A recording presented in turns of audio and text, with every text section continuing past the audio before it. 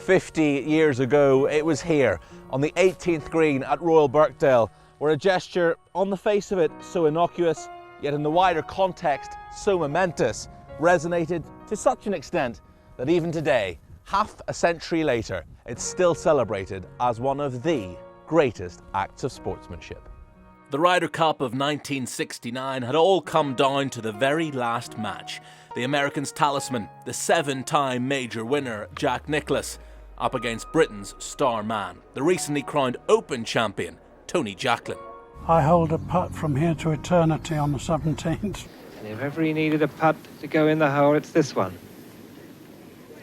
And it's in! So we went onto the 18th tee, all square. All our teammates were around the green. We knew what the circumstances were. I can remember Eric Brown, our team captain, walking towards me before I hit the second shot saying, "You know what you got to do." And I said, "Eric, I know what I got to do." What Jacklin did was find the 18th green, with Nicklaus already safely aboard. You won't see where that is, but we can. They're equidistant from the hole. You couldn't ask for more than this. So just the two of them, and these putts will decide the entire Ryder Cup match of 1969. It was Jacklin to putt first. He left his birdie attempt a couple of feet short, an awkward length. Nicklaus had a putt to win the Ryder Cup outright, but was over-aggressive and raced it by the hole. It was too far by to say. I got very greedy. It was too far by to say good. And there was a pregnant silence everywhere.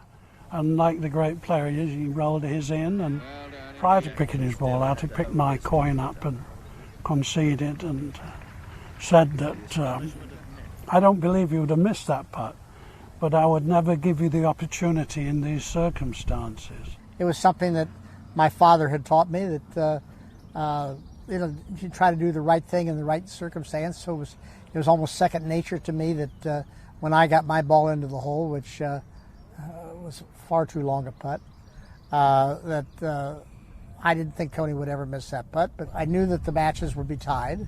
I knew we'd retain the cup. I don't think Sam Snead, our captain, was real happy with me. Yeah. But Sam, I didn't play it for Sam. I played it for what I thought was right. In the 50 years since, Tony has never once regretted missing out on his chance to hold the putt. You didn't want to putt it, did you? I didn't want to putt it, no. But we don't decide these things. You're playing match play, and I'm stood there thinking, I'm going to have to make this putt whatever he does. Yeah. And the fact that I didn't have to make it was a huge relief, and as I say, in part shock as well. But, what do you think if I'd have missed the putt? Would you think I'd have made you putt it? I think you would, yes. In the corridors of Royal Birkdale, the 1969 Ryder Cup is understandably celebrated, and whilst emotions have occasionally boiled over in the years since, it still stands as a shining example of the spirit in which these matches were intended to be played. I've asked every Ryder Cup captain since then, I said, what would you do under that circumstance? And they said, no. He says, I would hope my player would do the same thing you did. Yeah. So I think that's the spirit of the matches. It's a marvellous thing based on, really, sportsmanship. You know, these guys get together. It's not a war, whatever anybody tries to tell you. It's pro golf at the highest level. You know, just players trying to beat each other. But if at the end of it you can't look your opponent in the eye and say, well played, win, lose or draw, then we're all been wasting our time. They shared an embrace again 14 years later as captains at another fiercely fought Ryder Cup, a friendship forged in the heat of battle. Tony and I have fostered a friendship. We had one before that, but since that time it's continued to grow with the concession. We're sitting here today because of that. And so maybe what I thought was an insignificant gesture at the time has turned to be something very nice in sports and something I'm very proud to have been part of. Down the years in this great sport, there are many shots, putts, celebrations, all fondly remembered. But only one concession, the concession, a rare sporting moment, still as powerful and poignant half a century later.